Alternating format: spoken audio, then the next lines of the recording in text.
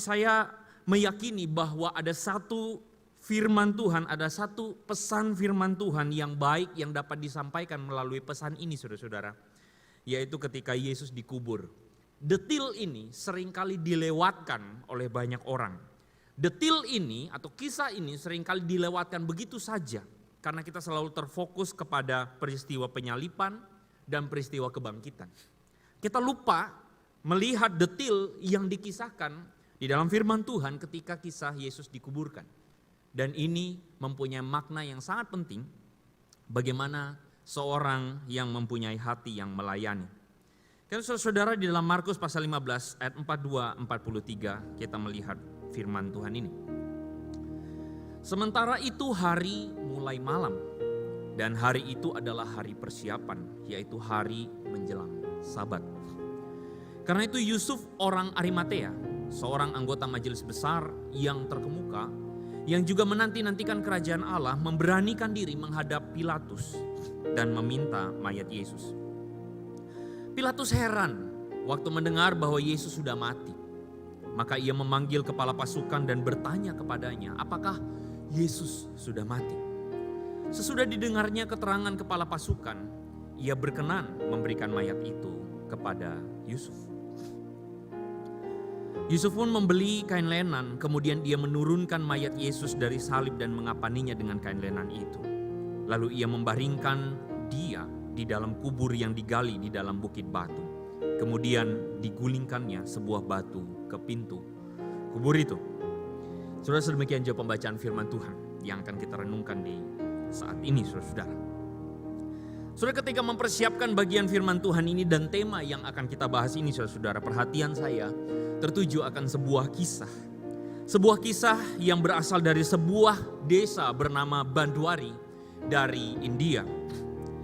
Desa ini saudara-saudara menceritakan atau kisah ini menceritakan tentang sekumpulan atau sebuah tempat yang bernama ashram. Ashram itu adalah sebuah kuil saudara-saudara di India yang biasanya saudara dilakukan atau menjadi pusat dari kegiatan sosial. Dan di dalam kisah ini, kisah yang diangkat berasal dari sebuah ashram yang mempunyai tempat penampungan orang-orang tua di sana. Atau mungkin di dalam istilah kita di Indonesia saudara-saudara adalah panti jompo. Saudara, yang menarik adalah ada kisah seorang perempuan, seorang wanita yang renta, seorang nenek bernama Gayatri Devi. Usianya 72 tahun saudara-saudara. Dan di dalam kisah tersebut dikisahkan bagaimana Gayatri Devi meninggal dunia dan dikuburkan saudara-saudara karena sakit. Dia dikuburkan, tetapi yang menyedihkan adalah dia dikuburkan di dalam kesepian. Hanya dihadiri oleh para pengurus yang adalah relawan di ashram tersebut saudara-saudara. Saudara mungkin bertanya, loh apa salahnya Pak? Oh saudara, yang membuatnya menjadi sedih adalah Gayatri Devi sebenarnya masih mempunyai keluarga. Dia masih mempunyai anak-anak dan cucu tentu saja saudara-saudara. Tetapi ketika peristiwa penguburannya atau ketika dia meninggal saudara-saudara, tidak ada seorang pun dari anak-anaknya yang datang untuk menjenguknya, yang datang untuk menengoknya saudara-saudara. Saudara mungkin bertanya atau saudara mungkin berkata, mungkin Pak anak-anaknya sibuk karena miskin, mungkin tidak punya uang untuk datang. Oh saudara, salah. Gayatri Devi adalah seorang yang berasal dari keluarga yang cukup berada. Anak-anaknya hidup dengan baik. Tetapi saudara-saudara, anak-anaknya meninggalkannya begitu saja. Dan dia meninggal tanpa dihadiri oleh anggota keluarga. Anak-anak yang dilahirkannya, tidak ada seorang pun yang datang untuk menghadiri pemakamannya, saudara-saudara. Jangankan pemakaman, ketika sakit pun anak-anaknya tidak menjenguknya. Saudara, kisah ini menjadi sebuah kisah yang pilu yang dikisahkan oleh seorang sosiolog dari India bernama Aradhana Agrawal. Dia mengatakan bahwa tidak seharusnya orang atau manusia meninggal begitu saja, orang tua ditelantarkan begitu saja oleh anak-anaknya. Dan ini menjadi sebuah permasalahan sosial yang terjadi di India, saudara-saudara, sekitar dekade ini, saudara-saudara. Nah saudara, saya kira saudara sepakat dengan saya. Saudara yang menyaksikan siaran ini juga sepakat bahwa tidak seharusnya ada anak-anak yang meninggalkan orang tuanya begitu saja. Tidak seharusnya sebagai anggota keluarga, sebagai inner circle atau orang-orang terdekat dari orang yang dituakan, meninggalkan begitu saja. Bahkan di saat-saat yang terakhir saudara-saudara. Di saat-saat terakhir tidak seharusnya mereka meninggalkan. Saudara lalu berkata, durhaka memang anak-anak seperti itu mungkin. Saudara, kisah ini menjadi menarik buat saya untuk diangkat. Karena kisah ini seharusnya menjadi satu gambaran buat kita ketika kita membaca bagian firman Tuhan yang tadi kita baca. Pernahkah saudara bertanya, ketika Yesus dikuburkan, mengapa bukan para murid yang menguburkannya? Pernahkah saudara bertanya, ketika Yesus mati dan dikuburkan, mengapa bukan para murid yang menguburkannya? Saudara, Yesus tentu tidak menikah, tidak punya anak, tidak punya istri. Tetapi orang-orang terdekat dengan Yesus adalah lingkaran 12 murid tentu saja. Para murid yang selama ini bersama-sama dengan dia, mengikuti dia kemanapun dia pergi. Bersama-sama dengan dia kemanapun dia pergi. Ketika Yesus mati dan dikuburkan, kenapa bukan para murid yang menguburkannya? Saudara, detail ini seringkali kita lewatkan. Kenapa? Karena kita terpusat hanya pada peristiwa kematian dan kebangkitan. Tetapi dalam kisah bagaimana Yesus mati dan bangkit itu, di tengah-tengahnya, ketika Yesus dikuburkan, saudara-saudara, sebuah kisah yang janggal sebenarnya. Kenapa yang menguburkan Yesus adalah seorang bernama Yusuf Arimatea. Seorang yang kalau saudara baca dari awal kisah gospel atau Injil, bagaimana Injil diperkenalkan dari awal sampai pada akhir, Yusuf Arimatea hanya muncul satu kali saudara-saudara. Yaitu ketika Yesus dikuburkan. Kenapa Yusuf Arimatea yang menguburkan Yesus dan bukan murid-murid yang menguburkan Yesus? Kalau saudara cermat, menyaksikan, menyimak kisah ini, saudara tentu akan memberikan jawaban kepada saya. Tentu saja bukan murid-murid yang menguburkan Yesus. Kenapa? Karena pada waktu Yesus ditangkap, murid-murid lari meninggalkannya. Oh ya, ini adalah jawaban sebab akibat yang paling sederhana saudara-saudara. Dari logika sebab akibat, kenapa para murid tidak menguburkan Yusuf Arimatea, menguburkan Yesus. Tetapi Yusuf Arimatea yang menguburkan Yesus adalah karena murid-murid sudah lari pada saat itu. Maka pertanyaan saya adalah, kenapa murid-murid lari meninggalkan Yesus? Kenapa sampai murid-murid tega meninggalkan Yesus, sampai ketika Yesus mati pun murid-murid meninggalkannya? Saudara, kita akan menemukan alasan yang paling jelas kenapa peristiwa ini terjadi demikian. Dari peristiwa ketika kalau kita melihat 1 minggu atau di hari Minggu sebelum Yesus disalibkan, saudara-saudara. Waktu itu Yesus masuk Yerusalem. Kita kenal peristiwa ini sebagai peristiwa Minggu Palma atau peristiwa pengagungan Yesus ketika rakyat menyambut Yesus masuk ke Yerusalem. Tetapi saudara-saudara, waktu itu orang-orang menyambut Yesus dan mereka berteriak Hosana bagi anak Daud. Ini adalah sebuah sambutan kepada Mesias yang dinanti-nantikan. Tetapi pertanyaannya adalah Mesias yang bagaimana? Saudara-saudara. Saudara, hari itu rakyat menyambut Yesus bukan sebagai Mesias yang kita kenal hari ini. Tetapi Mesias yang ada di dalam pikiran mereka adalah Mesias yang akan membantu mereka berperang melawan pemerintah Roma. Mesias yang ada di dalam pikiran rakyat pada saat itu adalah Mesias yang akan memimpin peperangan, mengangkat pedang dan melawan penjajah Romawi. Karena rakyat pada saat itu sesederhana mereka ingin Yesus membebaskan mereka dan membawa kejayaan Israel. Makanya saudara, ketika mereka berkata Hosana bagi anak Daud, harapan mereka adalah anak Daud ini akan melakukan apa yang dilakukan oleh Daud, yaitu membawa Israel di dalam kejayaan, memimpin perang, mengalahkan musuh dan sebagainya. Karena itulah saudara-saudara, mereka berharap Yesus menjadi Mesias yang akan berperang.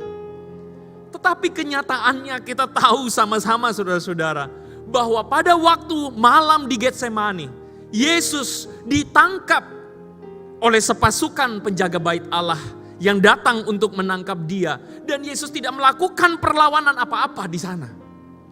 Saudara-saudara, para murid mempunyai ekspektasi yang sama. Para murid berpikir pada malam itu bahwa Yesus akan melakukan peperangan di hari ini. Makanya kenapa ketika Yesus ditangkap, salah seorang di antaranya kita tahu, Petrus menghunuskan pedang. Lalu kemudian menetakkannya, menebas telinga hamba imam besar. Lalu kemudian apa yang menjadi perkataan Yesus? Sarungkanlah pedang. Yang memakai pedang akan binasa oleh pedang. Betapa kagetnya para murid pada waktu itu. Ternyata Mesias, guru yang mereka agung-agungkan, yang mereka harapkan akan membawa pembaharuan bagi Israel, tidak melakukan apa yang mereka harapkan. Kami sudah siap berperang Tuhan. Kami sudah siap untuk maju bersama-sama dengan Engkau. Tetapi ternyata Yesus tidak melakukan peperangan. Tidak melakukan perlawanan. Dan dia menyerahkan dirinya untuk ditangkap. Hal itulah yang membuat para murid lari tercerai-berai. Karena mereka tidak melihat kenyataan realitas. Tidak sesuai dengan ekspektasi mereka hari itu. Mereka gagal memahami kemesiasan Yesus. Oleh karena itu saudara-saudara, kalau kita melihat peristiwa ini, padahal peristiwa ini di dalam pasal yang ke-14, Yesus sudah memperingatkan para murid bahwa gembala akan ditangkap, akan menyerahkan dirinya dan para domba akan tercerai-berai. Yesus mengatakan dengan jelas sebenarnya pada waktu itu, memperingatkan mereka bahwa kamu semua akan tercerai-berai. Kamu semua akan meninggalkan aku. Kamu semua akan tergoncang imanku. Tergoncang imanmu. Tetapi saudara-saudara, kita tahu sama-sama, pada saat itu ada seorang di antara mereka yang kemudian berkata dengan begitu lantang, sekalipun aku harus mati bersama-sama dengan engkau, aku tak akan menyangkal engkau. Petrus melakukannya. Saudara, dari sini saudara bisa menangkap benang merahnya ya. Kenapa sampai para murid mengatakan rela mati? Karena ekspektasinya adalah kita akan berperang. Tetapi saudara-saudara, di dalam bayangan para murid pada hari itu, saya bahkan akan siap mati. Saya tidak akan menyangkal engkau. Iman mereka adalah iman kepada Mesias yang akan berperang. Tetapi kenyataannya ketika mereka melihat realita tersebut, dari gambar ini saudara bisa melihat Petrus di sebelah kiri saudara-saudara, menetakkan pedangnya saudara ya. Sedangkan murid-murid yang lain berlari meninggalkan Yesus. By the way, Petrus sebenarnya melakukan apa yang dia katakan saudara. Dia berperang, dia mengeluarkan pedangnya, dia nekat saudara-saudara. Tapi ketika Yesus menghentikan tindakannya itu, dia terguncang juga. Dan semua murid lari meninggalkan Yesus. Saudara-saudara, apa yang salah? Dalam peristiwa ini, pertanyaan saya, apa yang salah? Makasih jawabannya saudara-saudara ya. Dengan telepati saya merasakan saudara menjawab saudara-saudara. Apa yang salah saudara dari peristiwa ini? Tentu saudara-saudara yang salah bukan Yesus yang salah. Karena Yesus berkali-kali mengatakan kepada para murid bahwa anak manusia akan menyerahkan dirinya, akan disesah, akan diludahi, disiksa, bahkan dibunuh. Yesus berkali-kali mengatakannya, tetapi para murid gagal memahami. Kenapa? Karena ekspektasi mereka terlanjur salah. Ekspektasi mereka menghalangi mereka untuk memahami maksud dan rencana Yesus. Ekspektasi mereka menghalangi mereka memahami apa yang Allah inginkan. Saudara ngomong tentang ekspektasi. Kalau saudara lapar, saudara langsung teringat iklan ini saudara. Kalau lapar, silakan telepon 14042. 140. 25. Apapun lah saudara ya. Itu membuktikan bahwa saya tidak pernah telepon saudara ya. Kalau saudara lapar, saudara membayangkan sebuah burger saudara-saudara ya. Double cheeseburger saudara-saudara sesuai iklan yang begitu tebal. Dengan dagingnya yang begitu tebal. Lelehan kejunya saudara-saudara sudah membayangkan. Tetapi ketika saudara pesan saudara-saudara. Dan abang GrabFood datang di pintu rumah saudara-saudara membuka kemasannya. Ternyata yang datang seperti ini saudara-saudara. Ekspektasi tidak sesuai dengan realitanya saudara-saudara. Ketika saudara pergi berlibur saudara, pergi ingin melakukan sebuah photoshoot. Biasa zaman sekarang saudara-saudara orang doyan pamer. Pasang foto yang cetar membahana saudara-saudara di Instagram, saudara-saudara di profil. Saudara ingin melakukan sebuah foto dengan sebuah bayangan siluet saudara-saudara di pantai yang bagus saudara. Saudara keluarkan saudara ya, rambut saudara mekar dengan air saudara. Tetapi ketika di foto realitanya seperti ini saudara-saudara ya. Tidak sesuai dengan realita. Pada kenyataannya saudara-saudara, kita menemukan banyak realitas itu tidak sesuai. Saudara, di masa seperti ini, di masa pandemi, sebagian dari saudara mengalami berkat Tuhan. Dengan lemak yang bertambah sekian senti saudara-saudara di lingkar perut saudara. Baju yang tidak muat. Dan akhirnya saudara membuat resolusi. Memasuki tahun 2021, saya berjanji di hadapan Tuhan dan sesama akan berolahraga. Ekspektasinya ingin berolahraga saudara-saudara. Tetapi realitanya justru berbeda saudara-saudara ya. Saudara, kadang ekspektasi itu saudara-saudara menjadi sesuatu yang tidak sesuai dengan realitas. Dan mungkin ekspektasi itu adalah ekspektasi yang tidak real. Ekspektasi yang tidak sesuai atau tidak tepat saudara-saudara. Apa ekspektasi ketika seseorang menjadi orang Kristen? Para murid menjadi murid Yesus, ekspektasinya adalah karena pada waktu itu mereka belum memahami Yesus sebagai Mesias yang akan menyerahkan dirinya. Ekspektasi mereka tentu saja mengikuti guru Mesias yang akan membebaskan mereka. Dan hari ini saudara-saudara, apa ekspektasi saudara menjadi orang Kristen? Saudara, saya sadar betul bahwa menjadi atau beragama bisa saja saudara-saudara hari ini membuat orang ekspektasinya salah. Sebagian orang beragama tujuannya adalah supaya bisa masuk surga. Bagi saya, jika ada orang Kristen yang menjadi Kristen dengan tujuannya supaya masuk surga, dalam tanda kutip, saya definisikan masuk surga itu adalah supaya selamat dari api neraka.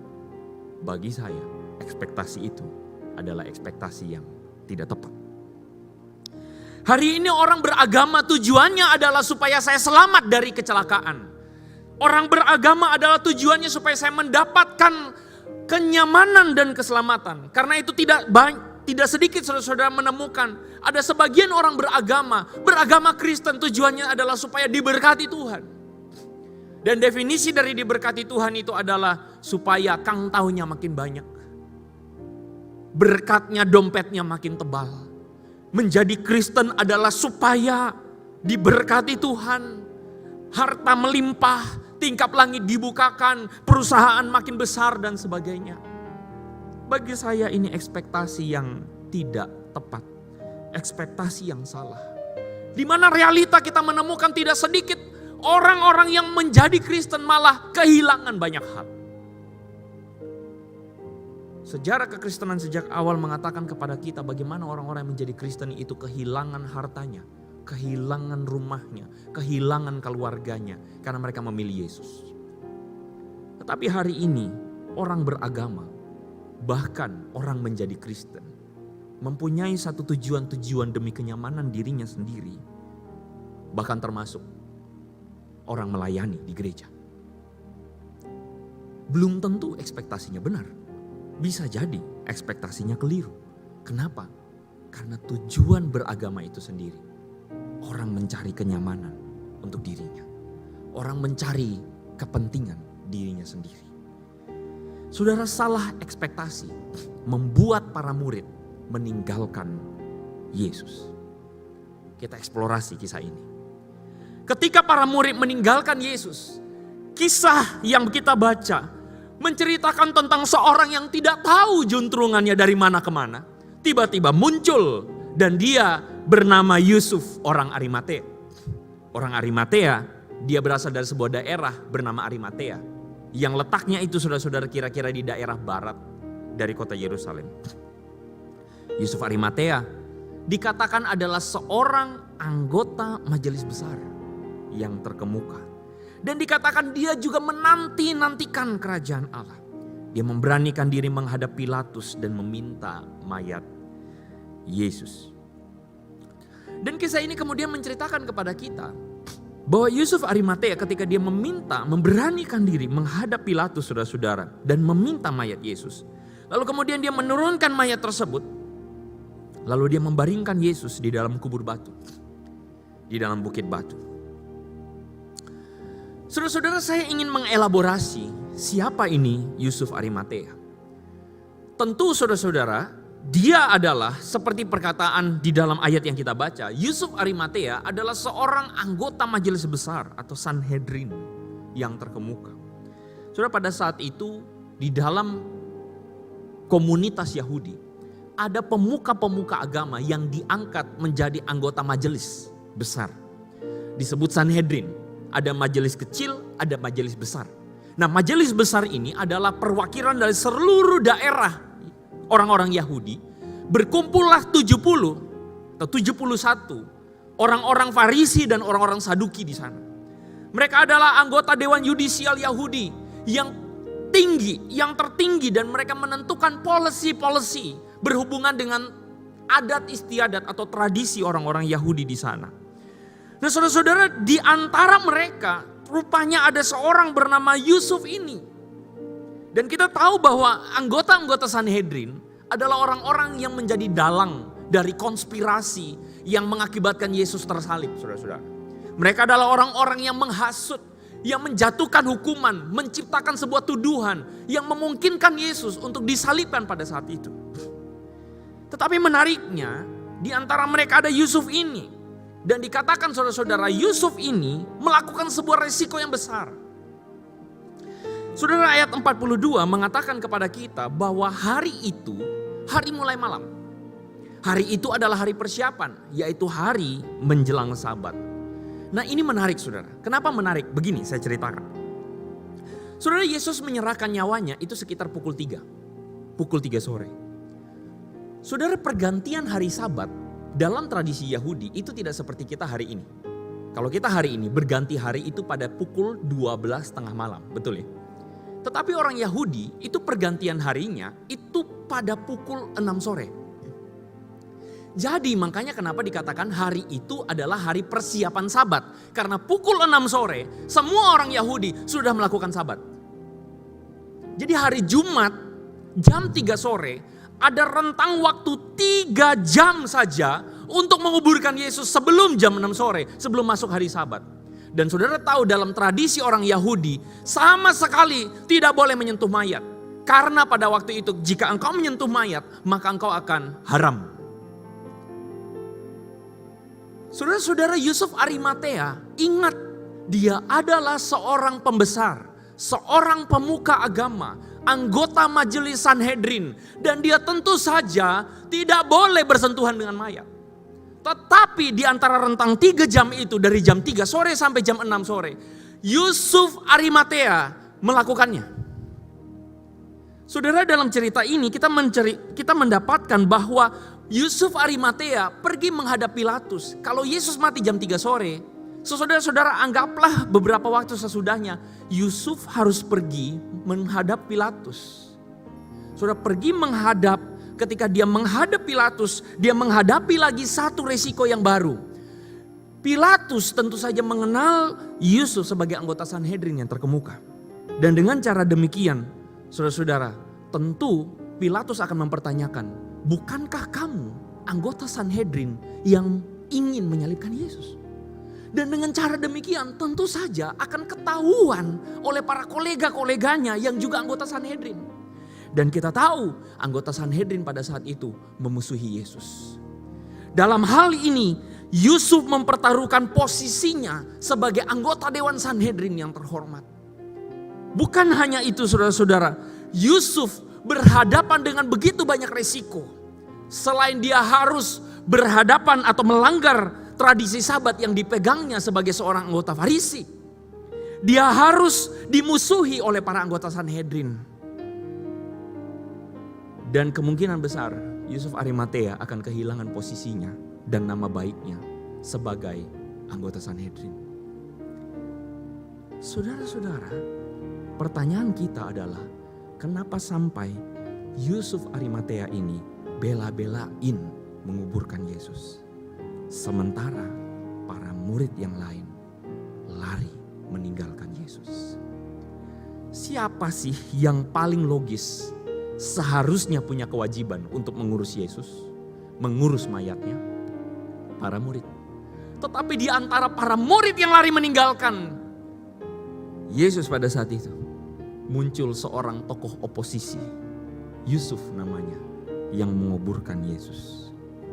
Padahal kalau kita pikir dengan logika, Yusuf Arimatea tidak punya kewajiban apa-apa untuk mengurus mayat Yesus. Yusuf Arimatea harus merepotkan dirinya, pergi ke sana kemari, mengurus, dan tentu dia ada orang-orang yang dia suruh untuk mengurusi mayat Yesus dan sebagainya. Dia harus mengeluarkan banyak harga, bahkan dia mempertaruhkan posisi dan nama baiknya demi Yesus yang bukan siapa-siapa buat dia. Yusuf Arimatea hanyalah seorang anggota Sanhedrin yang menaruh respek, hormat kepada Yesus. Saudara-saudara, manakah yang lebih layak disebut murid Yesus? Biasanya dari dulu saudara, seputar kisah penyalipan, kita tahu bahwa orang-orang Farisi ini jahat. Dikisahkan dalam drama-drama Paskah, orang Farisi ini jahat sekali. Sedangkan para murid adalah kelompok yang baik, yang setia, yang mengikut Yesus bersama-sama dengan Yesus. Pertanyaan saya, manakah yang layak disebut murid Yesus dalam peristiwa penguburan Yesus ini? Yusuf, anggota Sanhedrin yang selalu menjadi oposisi dan selalu dikatai jahat, ataukah para murid yang disebut orang-orang yang meninggalkan segala sesuatu dan mengikut Yesus? Saudara, tentu kita memahami peristiwa ini karena kita melihat ada sebuah ekspektasi yang salah di dalamnya.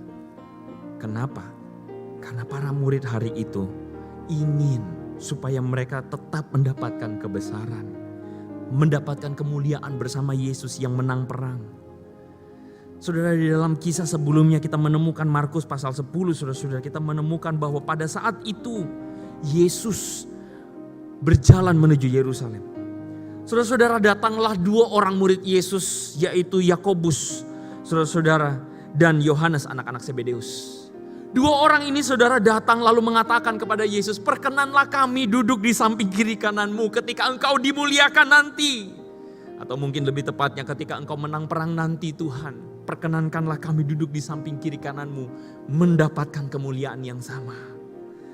Saudara, lucunya adalah kalau saudara perhatikan perikop sebelumnya di dalam Markus pasal 10 ayat 32. Di situ Yesus baru saja memberitahu mereka bahwa anak manusia akan diserahkan.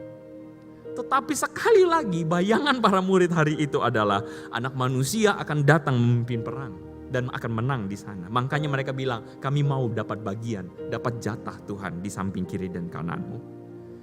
Tetapi saudara, saya ketika membaca bagian ini saya melihat Yesus itu sabarnya luar biasa, saudara. Saudara, ekspektasi para murid yang tidak seharusnya itu saudara dibalas dengan perkataan yang baik dari Yesus. Barang siapa menjadi besar di antara kamu, hendaklah ia menjadi pelayan. Dan barang siapa yang ingin menjadi terkemuka, hendaklah dia menjadi hamba. Karena anak manusia datang bukan untuk dilayani, melainkan untuk melayani dan memberikan nyawa. Dan menjadi tebusan. Saudara, baru-baru ini terjadi sebuah peristiwa yang mengejutkan. Seorang pegawai KPK saudara menilep batangan emas, saudara-saudara, 2 kilo yang menjadi barang bukti. Orang beramai-ramai lalu kemudian mencercah KPK, saudara-saudara. Dan tentu saja pegawai ini, kenapa kok tokoh atau bagian anggota dari Komisi Pemberantasan Korupsi justru melakukan korupsi? Aneh ya saudara-saudara ya. Orang yang bagian dari pemberantasan korupsi, pencurian uang negara dan sebagainya justru melakukan korupsi. Lucu. Dan kita pun tentu saja saudara-saudara sama-sama menghujat hal ini tentu. Mengkritik hal ini tentu. Tetapi sadarkah saudara yang dilakukan oleh para murid hari itu, yang seharusnya menjadi pengikut Kristus, yang melayani, justru tidak punya hati yang melayani. Bukankah hal ini juga terjadi di gedung gereja hari-hari ini? Gereja saudara sudah menjadi tempat, bukan komunitas pengikut Yesus belaka. Tetapi hari-hari ini gereja tanpa kita pungkiri menjadi tempat beribadah. Sebuah tempat perayaan atau penyelenggaraan ibadah yang di dalamnya kadang-kadang saudara-saudara bisa saja kehilangan semangat melayani. Ketika service dilakukan tanpa servanthood, ketika ibadah dilakukan tanpa pelayanan di dalamnya, bahkan ketika yang namanya pelayanan dilakukan tanpa hati melayani. Ketika kekristenan hari ini kehilangan hati Kristus. Menjadi Kristen bukan semakin lama menjadi seperti Kristus, tetapi semakin sering tersinggung karena harga dirinya diusik orang. Semakin tersinggung kita menemukan ada aktivis majelis bahkan hamba Tuhan yang begitu terusik karena kehilangan harga dirinya, diinjak-injak. Padahal Yesus meminta kita untuk mempunyai hati yang melayani. Kadang kita dalam pelayanan menemukan ada fakta-fakta bahwa ada orang yang mengecewakan. Kita menemukan bahwa pelayanan tidak seideal yang kita harapkan. Ngambek saudara-saudara. Mengapa? Mungkin karena kita kurang memahami, menyelami, dan meniru hati Kristus. Tersinggung gara-gara tidak disambut di gereja. Tersinggung karena ketika datang di gereja tidak disambut dengan baik atau tidak didengarkan atau tidak diakomodasi usulannya. Tersinggung mungkin karena kita kehilangan hati Yesus. Kalau kita meneladani hati Yesus, maka kita tahu bahwa kita diminta untuk punya hati yang melayani. Hati yang merendahkan diri, hati yang bersama-sama ingin supaya nama Tuhan dipermuliakan. Bagaimana dengan kita, saudara-saudara? Mari kita berdoa, saudara.